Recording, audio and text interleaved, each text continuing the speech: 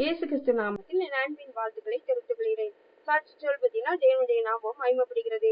வேதாகமத்துல பாக்குறோம் 1 சாமுவேல் 12ஆம் அதிகாரம் 3ஆம் வசனம்.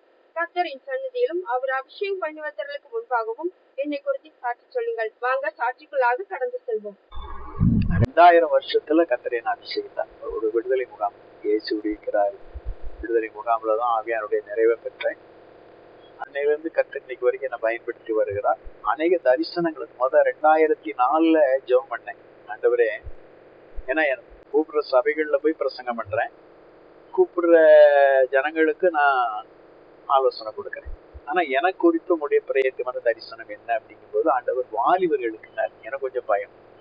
ஏன்னா வாலிபர்களை கூட்டி சேர்க்கறது கஷ்டம், ரெண்டாவது வாலிபர்களுக்கு செலவழிக்கிறதும் கஷ்டம். ஏன்னா அந்த டைம்ல நம்ம வரவும் செலவும் சரியா போயிட்டு இருக்கேன். அப்போ எனக்குள்ள ஆண்டவர் சொல்லிட்டார், இனி கர்த்தர் பார்த்துக் கொள்வான்னு சொல்லி ஒண்ணு ஒவ்வொரு சபைகள் புதுக்கோட்டையில இருந்து ஏறல் வரைக்கும் சபைகளுக்கு அறிவிப்பா கொடுத்தேன். வாலிபர்களுக்கு ஆண்டவர் எனக்கு ஒரு தரிசனத்தை கொடுத்திருக்கிறாரு. அந்த வாலிபர் நடுவத்துல ஊழியத்தை நிறைவேற்ற வாலிபர்களே நீங்க கூடி வாருங்களும் ஒரு அறிவிப்பு தான் கொடுத்தேன். வேற ஒன்று ஒரு குறிப்பிட்ட நாள்ல நம்ம சேர்வைக்கார மட திருச்சி வெளிச்சு அதை ஆரம்பிச்சு அந்த கூட்டத்திலே 200 வாலிபர்கள் ஆண்டவர் எங்க முதலாவது கூட்டத்துக்கு இப்ப செலவு பண்ண வேண்டிய என்ன செய்யறது, ஜெபம் பண்ணிட்டு இருக்கேன்.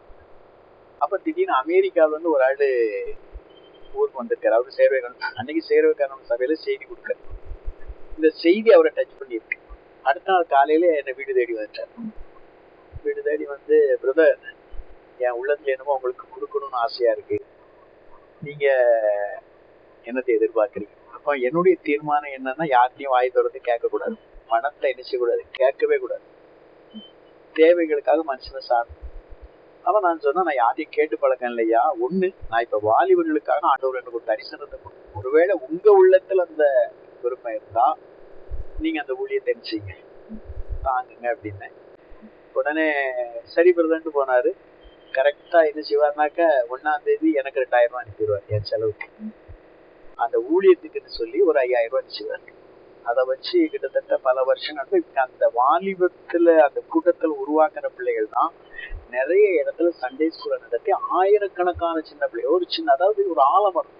இது நம்ம தனிப்பட்ட ஊழியத்தின் மூலமா எதுவும் பெரிய காரியங்களை இல்லை, அது கூட நிறைய ஆத்மாக்கள் இண்டிபெண்டா ஆண்டவர்களை கொண்டு வந்திருக்கிறோம். நம்ம மினிஸ்ட்ரி மூலமா அநேகர் சந்திக்கப்பட்டு சாட்சி சொல்லியிருக்காங்க. ஆனா எனக்கு பெரிய சந்தோஷம் என்னன்னா, இந்த நம்ம 200 வாலிபர்களை உருவாக்குனதுல அநேக வாலிபர்கள் தன்னெழுச்சியா எழுந்தாங்க. வேலையோடு கூட என்ன செய்தாங்கன்னாக்க சண்டே ஸ்கூல். இப்ப என் கூட ஒரு குரூப் இருக்கிறாங்க, சுப்பிரமணியத்தை சேர்ந்த ஒரு குரூப். கிட்டத்தட்ட ஒரு 5 இடத்துல சண்டே ஸ்கூல் நடத்துறாங்க. இந்த 5 இடத்துலயும் பாத்தீங்கன்னா கிட்டத்தட்ட ஒரு 600 பிள்ளைகள்கிட்ட வராங்க.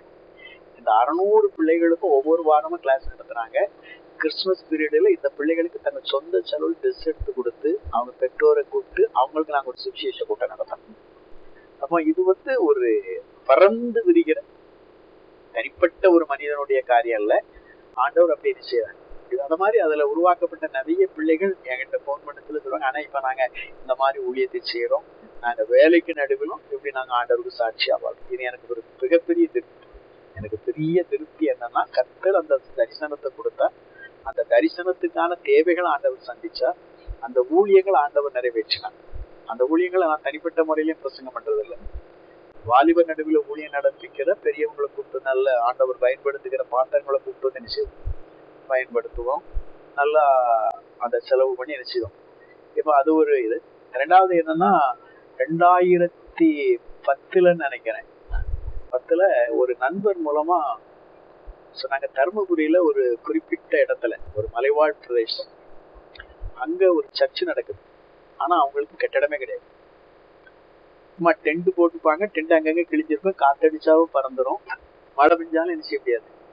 அவங்க 3 இடத்துல ஆறாறு நடத்தினாங்க. இப்போ அந்த நண்பர் என்கிட்ட சொன்னது, அவர் போயிட்டு பார்த்துட்டு, ஆனா என்ன செய்யறதுன்னே புரியலண்ணே, ரொம்ப கஷ்டப்படுறாங்க. ஏன்னா ஏழை ஜனங்கள் காணிக்கலாங்க, அவங்க எதிர்பார்க்க நடத்துறவங்க எதிர்பார்க்க முடியாது. அவங்க கூட்டி சேர்க்கிறது, ஏன்னா மலைவாழ் பிரதேசம், புலிகள் யானைகள் வாழ்கிற பிரதேசம், அவங்களை கூட்டி சேர்க்கிறதே கஷ்டம். அவங்ககிட்ட போய் காணிக்கன்னு நினைச்சுட்டு அவன் என்ன செய்வான், கொஞ்சம் தினை விதைச்சிருப்பான், அதை வச்சு ஏதோ வைத்துப்பான்னு நினைச்சுப்பான். அப்போ ஆவியான என்ன லீட் பண்ணாரு, போ அப்படின்னாரு. அப்போ போனேன், பார்த்தேன். எனக்குள்ளே ஒரு வாரம் ஒரு ப்ராமிஸ் பண்ணேன், எப்படியாவது சர்ச்சை கட்டி கொடுக்க ஆண்டோடைய பலத்தினால நான் என்ன செய்யறேன், பிரயாசம். அப்படி ப்ராமிஸ் பண்ணிட்டு வந்தேன், ஜெபம் பண்ணேன். கர்த்தர் ஒரு சில நபர்களை காட்டினார். இயேசுடி இருக்கிறார கான்டாக்ட் பண்ணேன், அவங்க ஒரு ஹெல்ப் பண்ணாங்க. அதை வச்சு ஒரு மெயின் சர்ச், அதான் ஃபர்ஸ்ட், அது கிட்டத்தட்ட 40 lakhs. அந்த மெயின் சர்ச்சை கட்டணும். மெயின் சர்ச்சை கட்டி முடிச்ச உடனே பக்கத்துல ஒரு கிளை சபை கிஞ்சப்பள்ளி போகணும். அதை எப்படி கட்டுறதுன்னு யோசிக்கும் போது என் கூடவே அந்த வாலிபர் முகாம்ல வாலிபர் உருவாக்கப்பட்ட பையன், ரொம்ப கஷ்டப்பட்ட பையன், இன்னைக்கு அவன் கன்ஸ்ட்ரக்ஷன் வச்சு நல்லா இருக்கிறான். அவன் தன்னுடைய சொந்த செலவுல 7 லட்சம் ரூபாய்க்கு அந்த சர்ச்சை அடிச்சுட்டான், 2வது சர்ச்சை கட்டி. அப்படி ஆண்டவர் அங்க சர்ச்சு கட்டவே நினைச்சுட்டான். ஒரு பக்கம் இந்த ஊழியங்கள், இன்னொரு பக்கம் சர்ச் ஃபவுண்டேஷன், இன்னொரு பக்கம் என்னன்னாக்க இந்த சமுதாய பணிகள். எங்களால் எந்த அளவுக்கு ஒரு சில நபர்களோடு இணைந்து தேவையோடு இருக்கிறவங்களுக்கு நாங்கள் உதவி செய்து பண்ணிட்டு இருக்கிறோம். இதுக்கிடையில சர்ச்சில் கன்வென்ஷன் பேசுகிறோம், ஆன்லைன் ப்ரேயர் பேசுகிறோம், உபாச ஜெபங்கள் பேசுகிறோம், ஆராதனைகளில் ஆண்டோடைய வார்த்தைகளை கொண்டு வரோம். இது மட்டும் கர்த்தர் என்ன செய்கிறார், நடத்தி வருகிறார். எனக்கு ஒரு விசுவாசம் என்னன்னா, எனக்கு ஆண்டவர் கொடுத்த 2 வாக்குத்தத்தம். ஒண்ணு, எளியவன் உன்னை குப்பையிலிருந்து எடுத்து ராஜாக்கள் மத்தியில அமர பண்ண.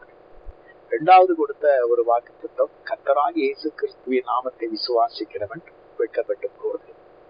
இந்த 2 வாக்குத்தத்தை நான் என் ஜெபத்துல பிடிச்சு ஜெபிக்கிற 2 வாக்குத்தத்தை இங்க கொடுத்தீங்க. நான் என்ன செய்யக்கூடாது, இன்னைக்கு வரைக்கும் என்ன வெட்கப்படுத்தல, இன்னைக்கு வரைக்கும் மகிமையாதான் என் குடும்பம் ஒன்று சேர்ந்தது. இன்னைக்கு எனக்கு ஒரு பையன்,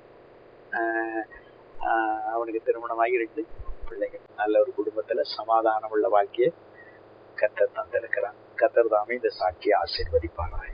ஆமென்.